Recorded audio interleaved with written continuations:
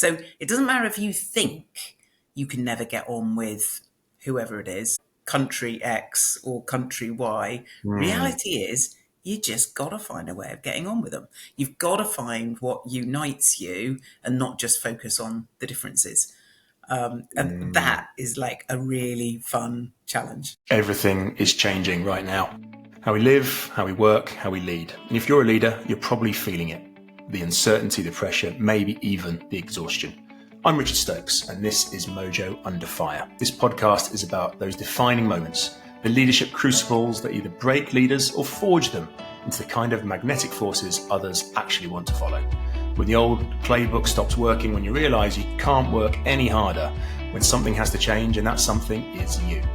For the last 5 years, I've been having hundreds of conversations about how people find and keep their mojo, that quality that makes you successful, energetic, influential. But lately, these conversations have gone deeper because the challenges are bigger and the stakes are higher. So in this series, you're going to hear real stories from real leaders about their hardest moments and how they came through them. Not just what happened, but the truth of what it felt like, the approaches that actually worked, and the wisdom they'd share with you if you were sitting across the table from them right now. These are conversations that will give you something you can use, a different way of thinking about your own challenges, tools you can apply, perspective that might shift how you lead, because the best leadership development doesn't come from theory, it comes from learning how someone else navigated the fire and came out stronger. Today's guest is Dr. Alice Bunn. Alice is a globally recognised leader in science and engineering, with a distinguished career spanning strategic leadership, national diplomacy and public engagement. Awarded an OBE in the Queen's Honours List in 2022 for her services to the UK space sector. Alice is president of the UKspace Trade Association and has a 25-year career spanning the space sector where she's held leadership positions in national, European and global contexts. Alice is regularly called upon as a media expert contributor to all things space and engineering, appearing on the BBC, Radio 4, ITN, Sky News, and is in demand as a speaker at international summits and conferences such as Davos and TEDx and many, many more. And today I'm very pleased to say she's on the Mojo Podcast. This is a conversation well worth your time, and if it lands with you, do share it with another leader who might need to hear it. Okay, let's dive in. Dr. Alice Bunn, welcome to the Mojo Podcast. Great to see you. You too. So, out of 10, let's get a data point from you. How is your mojo today out of 10? 10, pretty darn high, actually. I would give it a good 9 out of 10. I suspect largely positioned through a brilliant cold water swim yesterday morning and going to Guatemala next week.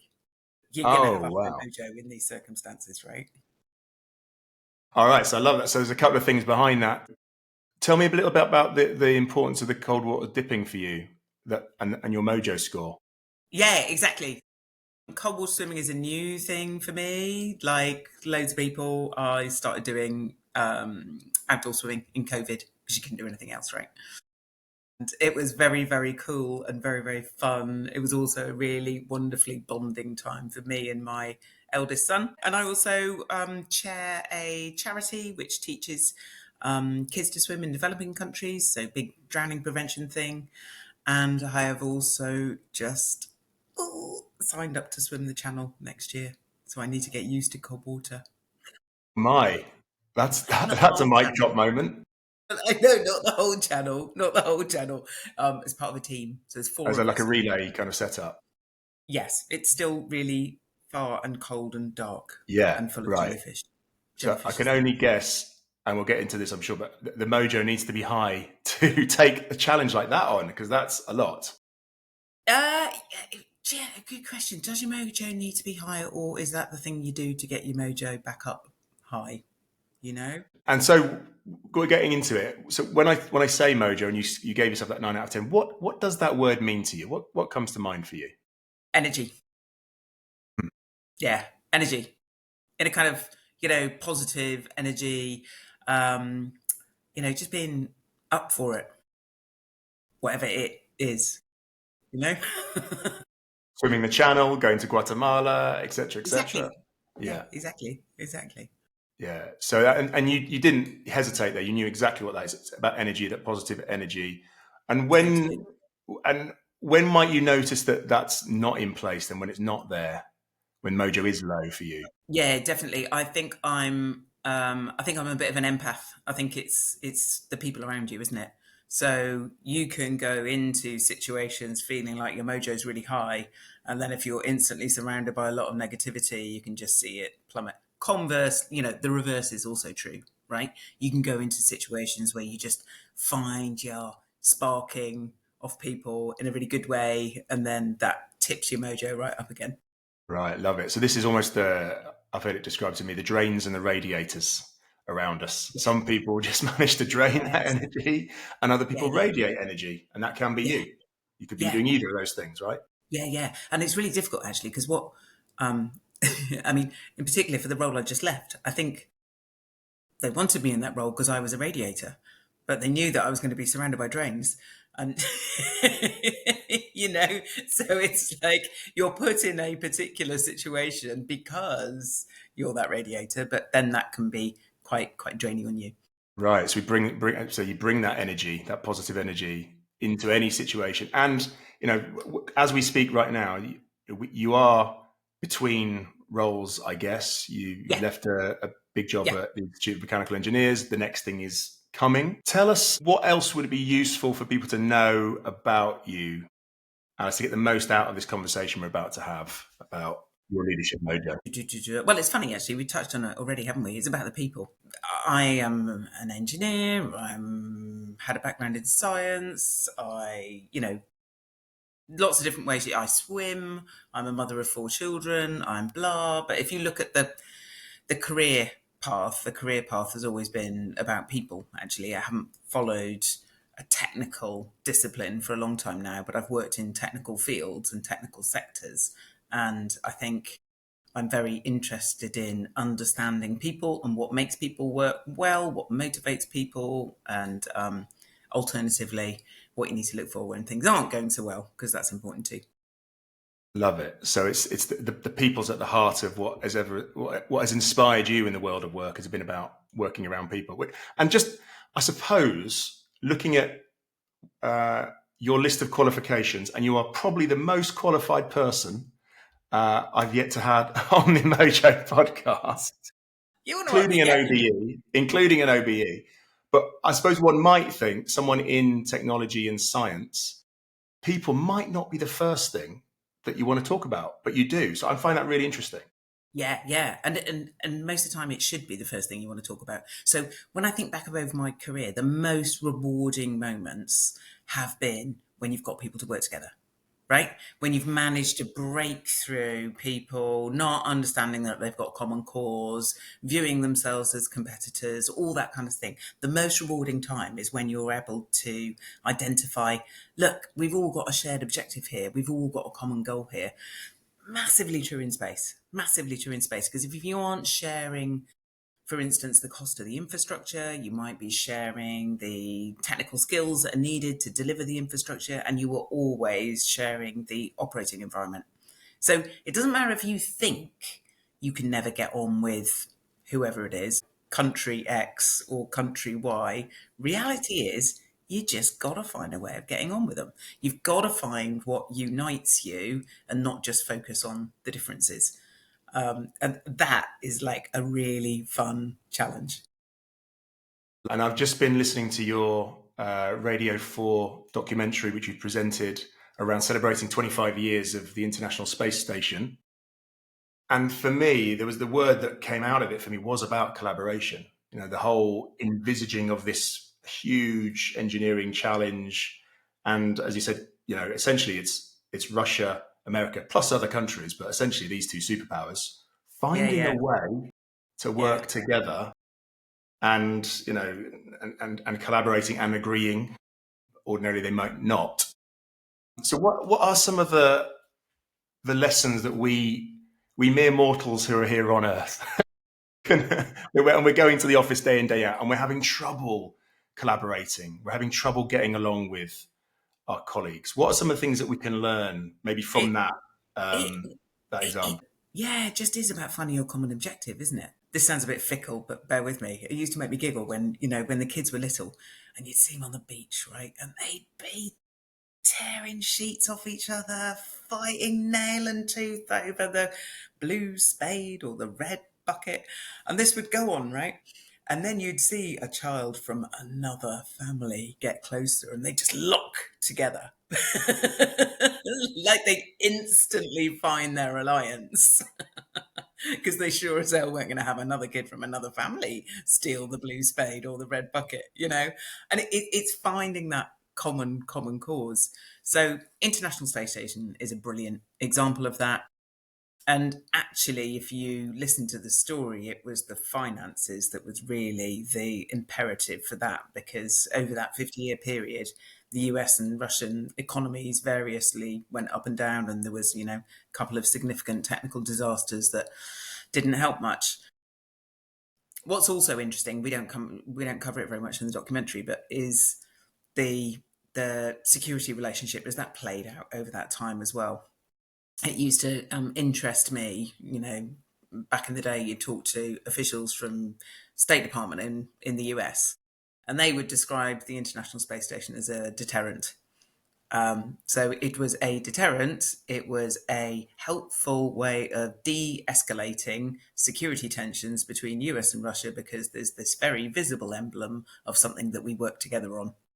And it was really quite neat. It's really quite neat. But I think it's often things that are beyond your control that bring you together. So another thing that I really, really loved working on, in fact, this has got to be right up there in, career most rewarding moments, Yes. was when I chaired the Disaster Charter. So this is a collaboration, a group of space agencies who have come together to share data for helping emergency response in the immediate aftermath of a disaster.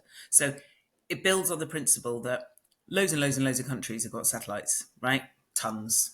Communication satellites, surveillance satellites, navigation satellites, and they're all orbiting around the Earth. But if something happens, like, I don't know, volcano, earthquake, flood event, Right. it's kind of unlikely that your satellite is going to be in the right place at the right time to be able to help you. So the basic principle started off as, I'll share mine if you share yours. Like, bring your assets to the table. If something happens in my territory, then I'll be able to ask you for your data. And in return, you can have mine if it happens to you.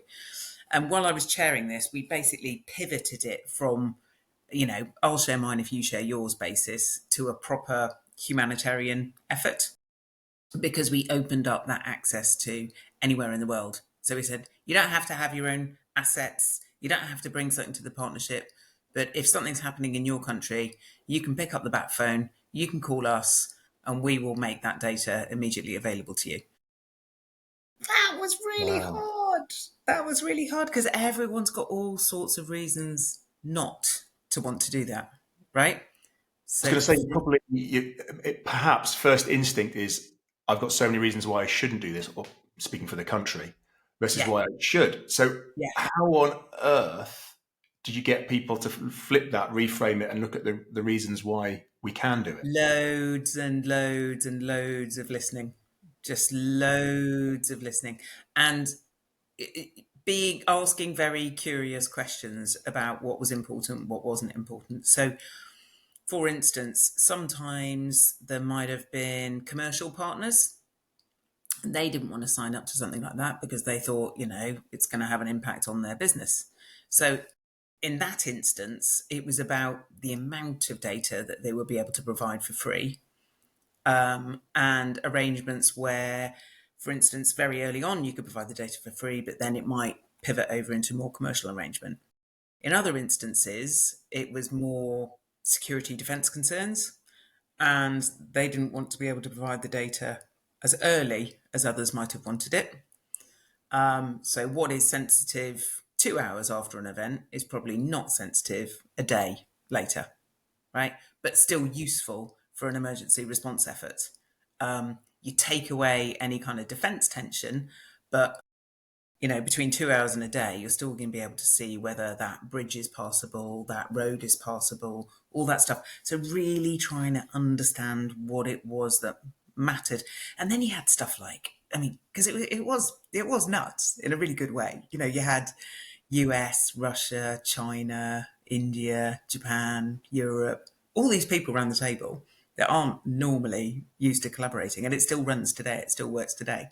The one that nearly tripped us up was Taiwan, because that's quite tricky, Right. because you're talking about dealing with a country that one of your partners doesn't even recognise Even is a recognise. country. So it was like, and a lot of it's about face saving as well, isn't it?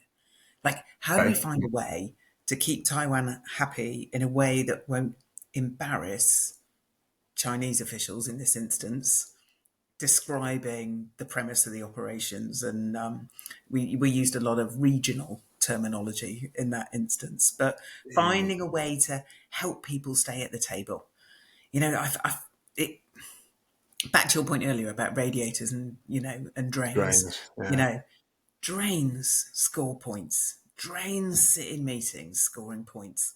And it's just boring, right? Because you're never actually going to get to working together. And I think, you know, if you really want to get a collaboration off the ground, it has to be really important that everyone looks good. You know, if anyone around the table starts scoring points, then, you know, it's lost. So it has to be the win-win or the win-win-win, depending how many parties are involved. That's what you've got to find. And I'm just getting a sense, Alice, from this. You know, I'm loving this this story and, you know, these breakthroughs with listening and questioning. Also, when you were in that, you know, you personally, did you find? And I'll come back to my word mojo, your word energy. Did your mojo and energy need to be like properly high up to keep these kind of conversations going? To keep almost the sense of belief that we can find a breakthrough here, even when everyone is at the moment saying no. So hard. Yeah, exactly. Yeah. So in that case, it's probably mojo rather than energy, because actually sometimes I think you have to be quite careful and you have to alter your energy levels to meet your audience, right? So I hope, self-aware enough to know that I'm quite extrovert, quite high energy. And sometimes that really puts people off, right? Sometimes people don't like that. You know, there's cultures around the world where you just have to dial it back a bit. So it is definitely mojo rather than energy. I think there's also a point where you have to be pretty direct. I'm a great believer in power of plain English. My first proper job, actually, was working at the Science Museum, where we had this brilliant leveller where, when we were talking about developing exhibition text, the rule of thumb was, if you can find some words that the average 7-year-old can understand, that will meet the whole population. And this was a very, very useful rule to me later in life, dealing with senior politicians, etc. Because that's the other thing. People, if they're not scoring points, they're trying to be a bit clever. And actually, that doesn't really help. Just be straightforward. Tell people what you mean. Don't try and, again, be clever or embarrass people, because that's not very likely to make them to want to stay at the table. Yeah, and you know, in my experience, so much of communication is actually mopping up miscommunication or bad communication. There's so much energy that needs to go into it. We've got completely the wrong end of the stick, because probably someone's coming from a different point of view, a different belief system, a different agenda entirely. And I've said X, and you've heard XX. Okay, and this is how we've got to here. So hence the mopping up that has to happen. Although it's interesting, isn't it? In those situations, even that is another form of communication, right? Because it tells you about what they're expecting to hear. So it tells you about their position when they've come to the table for that negotiation. So it's a miscommunication, but it's not lost communication. I love that. I love that reframe. So there's obviously still value in it, because you've understood more about someone's position. Right. Yes. Yeah, that's definitely one to take away.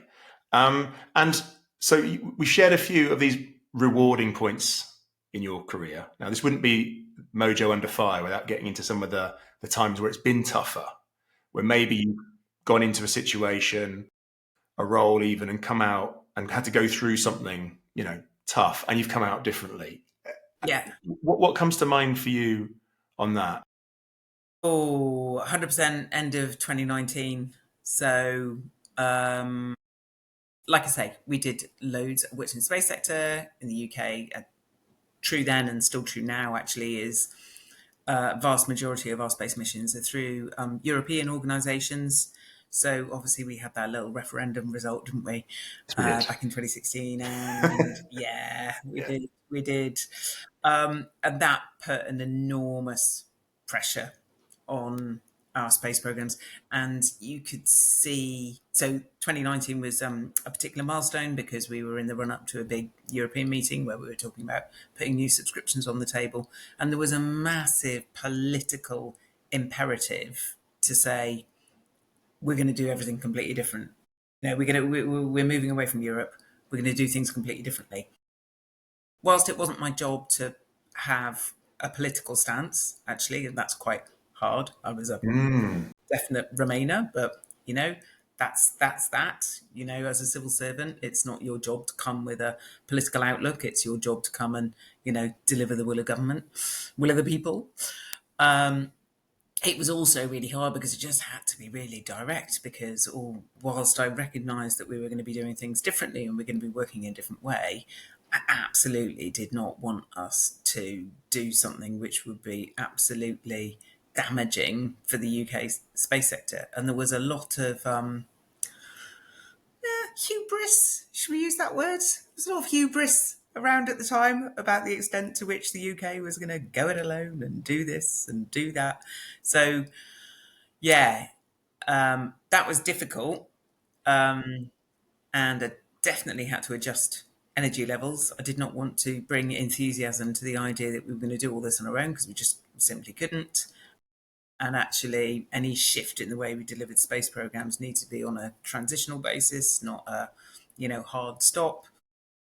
So that was a pretty tough time. When I say pretty tough, I was pretty much camped out in ministerial offices. I'd been booked on 3 planes to go and join this meeting. It was a tough time. It was a tough time. We got the right result. And it was funny, actually, because I think a lot of it was difficult. And actually, as a leader at that point, I think your instinct is, this is really difficult, so I've got to take it. I've got to take it on my shoulders. Right.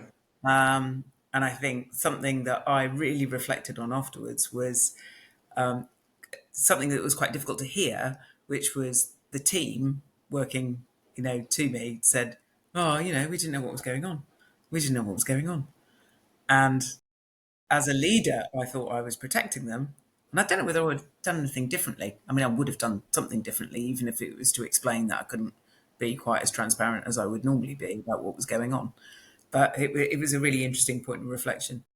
There we go. So in this, I got this real maelstrom of the personal and the professional world kind of clashing, differences of opinion, and you having to hold it all for everybody was a lot. Yeah. Right. In Yeah. that moment. And and I appreciate the situation you may not have changed, but what has that given you, maybe a leader you are now to the leader you were then? Was there a lesson? Was there a shift? I suppose, because I was holding it all, and I think it was the right thing to hold it all. But actually, what would I do differently? What would I reflect on? I would try and be more self-aware about how others were feeling around me, and try and, just that message that says, I know this is difficult, and I know that you're expecting me to, do X, Y, and Z. But at the moment, I can't. I need you just to, trust in me and, be on side. That being more overt about how other people might find the situation difficult. Right, got it. So that, and I, I love it when you talk about reflection, because I know when the strongest leaders create points of reflection for themselves, and part of the point of this series is the opportunity to reflect in public about times that you've had and decisions that you've had. And how have you helped yourself with reflection? How have you made that possible for yourself? Yeah, good question. I think feedback is brilliant, isn't it? Feedback from the people that Mm, you're working with. So I know, for instance, that have a tendency towards optimism, and for the most time, that can have a positive effect and make people feel energized and enthused. At limit, it can all feel a bit Pollyanna and, maybe even irritate. So, for instance, that situation I talked about, I maintained an optimism with the team, whereas actually it would have been more authentic to say, do you know what? I'm really worried about this. No, mm, I'm just going to do my best to try and bring it back, but I'm really worried about it. And that would have probably been more powerful than just keeping it's fine, it's fine, it's fine. I find, some of these exercises that you can do. We did a brilliant one a few years ago with a leadership team. And you did your usual, whatever it is, Myers-Briggs type assessment, so you can see where you are on the twister mat, and everyone knows if they're blue or red or yellow or green or all that kind of stuff. It was when you turned it over and looked at the type of behaviours that were likely to be exhibited when you were stressed or yes. overextended. And that was, I mean, there was so many eureka moments went off in the room. I remember at the time, uh, I had two colleagues and they were kind of not getting on great, and you could see their behaviours when they were overextended or stressed. One was to go further and further and further and further into the detail, and the other was to detach and go further, further, further, further out. And you just looked at it, Wow. and it's like, no wonder you're not getting on. No wonder you're finding it difficult to work together, because you both have completely opposite reactions to situations of stress on a topic Mm, you're supposed to be working together on. So those things are a really nice way, because it's quite kind, isn't it? You don't feel singled out or embarrassed, but judged. everyone's doing that exercise. Yeah, exactly. Yeah. Everyone's Yeah. doing that exercise together as Yeah. a team. I think Yeah. is really powerful. Well, the word, I mean, it came to me earlier when you were speaking, but it's come back to me again. For me, it's around trust that you're creating as the leader of the team to even take them into that exercise, Alice, because they may have been, don't want to do that, don't like doing those sorts of things.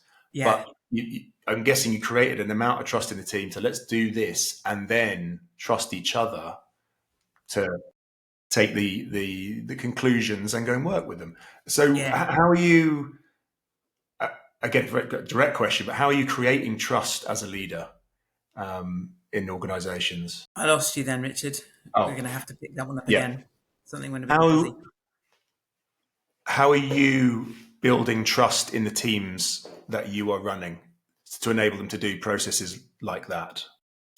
Yeah. So I suppose there's lots of things that you do. The best leaders I've seen show a bit of vulnerability. I think it's really powerful when you see a leader just step up and say, "Hey, look, I got this wrong." I mean, like, not every day, obviously.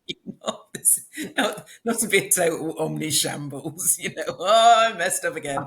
But having the courage to say, look, I got that wrong. And also having the courage to acknowledge the things that were difficult and to say, okay, that has been difficult, but I still think it's the right thing to do because of this and this and this. I mean, funnily enough, in my last role, we had we went into this pay exercise, right?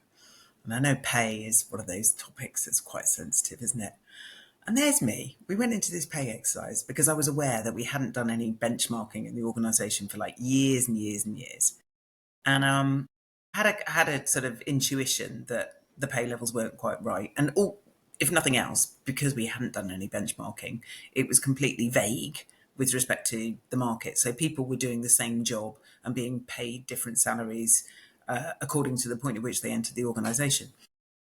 So sure enough, if you look at it in the round, macro round, I was able to get board approval to increase our overall pay bill, because in the round, overall, we weren't offering people a fair wage. And that was fair with respect to the market, but also fair with respect to each other. So it is absolutely true that the majority of people in the organisation were better off as a result of that exercise. But you didn't hear from them. All you heard from were those people who've been, sitting pretty for a number of years now, being overpaid. Right. So it was really hard to keep the organisation, going along with this exercise because it was for the greater good. And there was a lot of times where I just had to sort of stand up in front of people and just say, look, I'm really, really sorry that you feel that way. I'm really, really sorry if you now feel undervalued, and we're going to have to think about ways to restore that. But I am not sorry that we did this exercise. I'm not sorry that we did it in the first place because it was fair. So, that's not quite the same as saying I got it wrong, but it is absolutely acknowledging that, things can be difficult for people in different ways. Yeah, well, I still, you talked about with the vulnerability bit. What I did get there was the courage of convictions of this process. It's better for most, it's painful Yeah, for some, and we're yeah, still going to do it. It's that yeah, that kind of, I think that is courage. I think that's leadership courage to say we know, I know we're doing the right thing, and as the CEO, the buck stops somewhere, and it probably stops with me. So I want to continue. So yeah, I got a real sense of the courage coming through with that. yeah, yeah. I mean, it was similar during Brexit stuff as well, because it's, sorry, massive stereotypical, but a lot of civil service are left leaning rather than right leaning. A lot of civil service were Remainers rather than Brexiteers, and actually, you just had to keep pushing people through that and say, no, this is what the public have voted for. This is what we have to do, and even if it's hard, it's our duty to do it. Yeah, and that's probably some of us. Well, a lot of people listening will probably more private sector than public sector. Yeah, I guess decisions are made within an organisation, and you go along with it. Decisions made by the public that you disagree with, that you still yeah, have to go along yeah, with. yeah, I think that's kind of a bit different, isn't it? But still having yeah. to, right, we've got to keep going. Still having to do it. But then, yeah, a bit. But is it that different? I mean, I think all of us have to live with our conscience, right? And all of us have to decide where our level is and what we're prepared to put up with and what we're not prepared to put up with. And I think, you have to find your level, because if you are doing something that you can't believe in, then that usually shows, I think. Yeah, well, we're getting into values here, aren't we? The values that Yeah, we 100%. have and we hold, and I work with a lot of people around their values. Most people in the world of work don't understand them, at least consciously. We kind of know what they are unconsciously, but when you have a good sense of this is what I'm about, these are my values, I think as a Yeah, decision making piece, as a North Star, they become yeah. incredibly valuable. Yeah, exactly. And you have to, it's really important. So we have values in the organisation. Inclusion was one that was very important to me. Yes. And yeah, you've got to live by them, right? It can't just be glib words. And we were quite tested quite often, actually. Not Inclusion is a tricky one. So I joined an organisation which was very traditional. Traditional is the right word. The engineering sector is quite, Mm. it's an odd one, isn't it? It's traditional in some ways, it's absolutely cutting edge in others. But certainly the workforce can be quite traditional. So you're you're living by this inclusion value, but you have to be really careful that your actions, which are meant in the best spirit to include people who hitherto haven't felt very included, women, for instance, ethnic minorities, for instance, but you have to be really careful that you're not accidentally excluding the people that have been included along the way. And just Yeah. kind of getting that balance is really, really quite tricky. Yeah. Well, and talk a bit more about that then, because I know inclusion is something you're very passionate about. How did you tread that line between creating this sense of inclusion without sort of out grouping Yeah, um, exactly. Again, certain. you have to listen to everyone, don't you? So I suppose, quite a trivial example, but when I joined the organisation, it was very traditional. We had lots of networking events, but the networking was typically quite formal, sit down dinners, all that kind of stuff in very formal surroundings that perhaps people earlier on in their careers felt a bit intimidated by, didn't feel very welcomed, a little bit cliquey. and actually wasn't that brilliant as a networking event because you only got a chance to speak to the 8 other people that sat at your table. So we'd do something different, right? We'd shake it up a little bit and have, people just drifting around, have bowl food. You could easily have a conversation with, 20, 30, 40 people in the room that way rather than just the 8. But particularly with some of the, older generations, physically, that might be a bit more challenging, actually, from a point of view of mobility or even from a hearing point of view. You might be in this really awful, noisy environment that made it difficult for them to do their networking. So just like being really careful about listening to lots of different groups and trying to understand about it. So in the end, we go for a balance, right? We go for, some are done this way and some are done that way. We make sure that we can take every step to make sure that people are, physically included in those kind of networking events. But you have to be sensitive to the fact that the audience is different. Yeah, and I love that because when we talked about listening and questioning before, but I think doubling down on it is so important. If you're looking for, I guess, any kind of change, because we're talking about a level of change. Organizations are changing all the time, but actually listening to what people need, what they're looking for, without making those big assumptions before making the jump forward. Yeah, Sounds exactly. like And a it's way. kind of good old fashioned tolerance, isn't it? Another one we had, and again, tiny example, but we've got a venue hire business, and we accepted a booking from a party that was on the far right of the political spectrum, and lots of people were very, very offended by this and upset by this. And I won't go into the details, and there's lots of reasons why we could have done it differently. But one thing that we probably wouldn't have done differently is refuse their booking just on political grounds. Because if you want to get all kind of, Zen-like about it, we wanted to be very, very inclusive and very apolitical.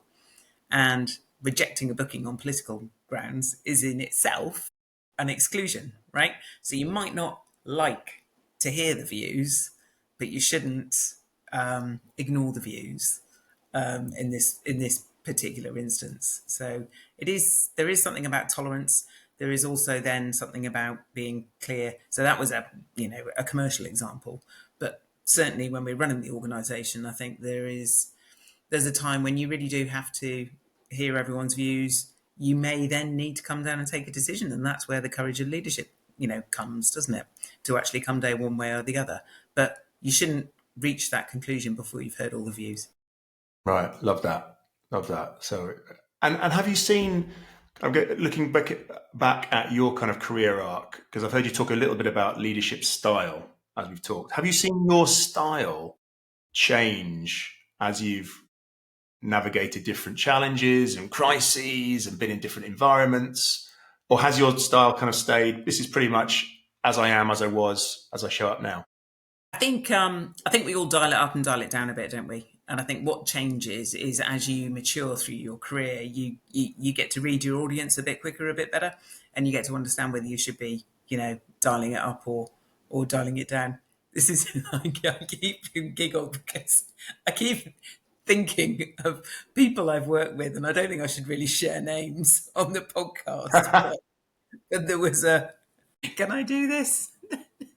No, I don't think I can. But there was a very well-known brothers who are both politicians, and one was very extrovert, and guess what? One was very introvert, because when you've got a brother like the extrovert, as a matter of sibling differentiation, you absolutely dial down.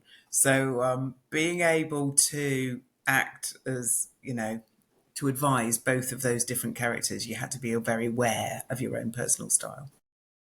I don't know whether any of that was useful because I was talking absolute in tongue. Everyone's like, political brothers, extrovert, introvert, who are they? Yeah, so that thing. Yeah, let's get back to the question. That thing. I think you do that more as you go through the career. So you read the situation, you dial it up, you dial it down, you get to know your audience a little bit better. So I'm hearing almost like a confidence thing. I can move from that style to this style as I need to because I've been there before. I've experienced this before. Is that where that comes from? Yeah, kind of. And also you can. It's a confidence and a vulnerability as well, isn't it? You can go, you know what, I got that wrong. And I'm sorry I got that wrong, but you don't suddenly feel like that's, the absolute end of your career, that you can bounce back from stuff as well. And there's another area I wanted to get into, because I know you're a very early adopter of just working in different ways. And what I mean by Yeah, that is not I'm full time or I'm part time, but you're doing other things like job share but many, many years ago. I'd love to yeah, just hear some of your wisdoms around that, because I know it's something that's, as we enter a more fractional age and people are creating portfolio careers and that sort of thing, more and more people are coming into or thinking about. What's some support you can give listeners around that, Alice, from your experiences? yeah. I mean, it's crazy, isn't it? So I worked for 17 years. I worked either part-time or no time. And in that period, I never once applied for a part-time job because they just weren't there. So I would apply for the job full-time. And then if I was lucky enough to be offered the job, I would absolutely negotiate my chisel off Yes. to end up getting the role. That also applies for the job share stuff. Job share stuff is brilliant. Like job share, I can't advocate for job shares enough. It's like having a work wife. It's absolutely brilliant. Like someone that knows exactly your job and knows all your tricky stakeholders and knows all that kind of stuff. It's About trust. absolutely There must be brilliant. so much trust Yes. between you and the partner Yeah, in no, that no, no, situation, no. right? Good point. Yeah, good point. Because actually, your reputation rides on each other as much as it does on, as in yourself, and that's that's unusual, right? Normally, you are responsible for being in charge of how the world views you, and in a Yeah, job in share, the control ones of that it. work really well, yeah, you don't fully have that really. Um, but I would say that early on, when I was working part time, I was doing quite a lot of international travel. I would never advertise the fact that I work part time. I always thought that would be to my disadvantage. And actually, because I was always traveling, if I wasn't around, people assumed I was traveling. They didn't assume I was working part time. So I would meet people like years into my career and they'd be saying, I never knew you worked part time. I'm like, are you kidding? Have you been for 10 years? And particularly true, had to be really mindful of it in different countries. So, US, oddly, I mean, wow, they've got an absolutely mind-blowing approach to not really supporting part-time work, certainly not supporting working mothers in any way. I remember being on a panel and I was super humbled because at that point I had just returned back to work having had 5.5 years off when my three eldest children had been young. And they did that thing where they go down the panel, because I was the only non-US member of the panel, and it was women that had 2 weeks off, full time back to the office, all these different scenarios, but all of them far, far, far more demanding, far more difficult than my situation. And I just felt, I really did feel almost embarrassed to say, hey, 5.5 years off. And again, came back to a part time job because there wasn't, that I, negotiated for. The job was advertised full time. There wasn't really Mm, anything there. I think what's lovely is now it's not so much a working mother's thing. It's a working parent thing, definitely. But it's also just like you don't have to be a parent. You might just want to do a bit of a portfolio career. You might want to play golf a bit more. You might want to, we're all, I think, a little bit more open to different ways of working. And I think that was true pre-COVID. I think next generation are much less inclined to be, 9 to 5 for life. yeah, But I think post-COVID, it has really showed us that we can do things differently if we want to, and we can yeah. work in different ways if we want to. And probably some of that comes down to trust as well. Yeah, and you touched on it just there, and I'd love to get your views on this, because I know you very close to the obviously STEM subjects, etc. In the UK. Thinking about how kids today are going to work and the jobs that are even going to be there. What advice or wisdom could you bring to that to someone who maybe they're young listening, or they've got a child at school who's like thinking about what they're going to do? Yeah, Um, you totally. know, what do you see? Well, I'd say the number one message is, jobs now are all about lifelong learning. Mm, This idea that we're going to be, taking a job after school and doing the same job for the rest of their lives is absolutely for the birds. There's a stat that always staggers me. So it is said in about 8 to 10 years' time, 85% of the jobs that we will do are unknown today, which is just mind-blowing, right? But then you start to think about, yes, we're however many minutes into the interview, but AI, all that kind of stuff, right? It is changing our jobs, it's changing the way we work. But even more interesting is the fact that in 8 to 10 years, over the same time frame, 80% of the workforce will be the same as it is today, right? Right. So that argument around lifelong learning, upskilling, reskilling is really, really important. So actually, we all have to be a bit humble, don't we? We all have to be a bit humble about what we do know and what we don't know, and how we're going to have to keep learning. So that's probably the main message. And then some good old-fashioned stuff, communication skills, reliability. Reliability is quite important, I think. Go on, say more about that.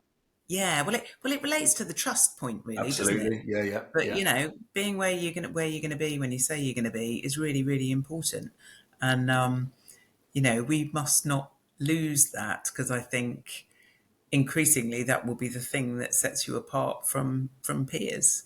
When you're first starting out in your career. Wow, and that's a really important call, actually, because I think when we look at trust and things like that, there's an equation for trust, the trust equation, which has credibility, reliability, and intimacy. Actually, the things Yes. that build it, Yeah. and then self-orientation takes it away.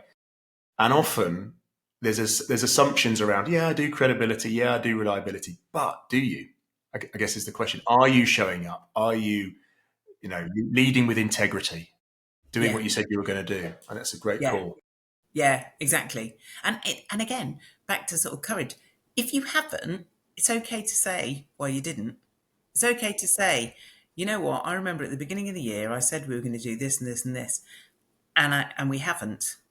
And the reason we haven't is this and this and this. So I'm sorry that I said something that we were going to do, but I want you to understand why I'm doing it differently and why that is better for all of us. And just having that really straightforward conversation. Yeah.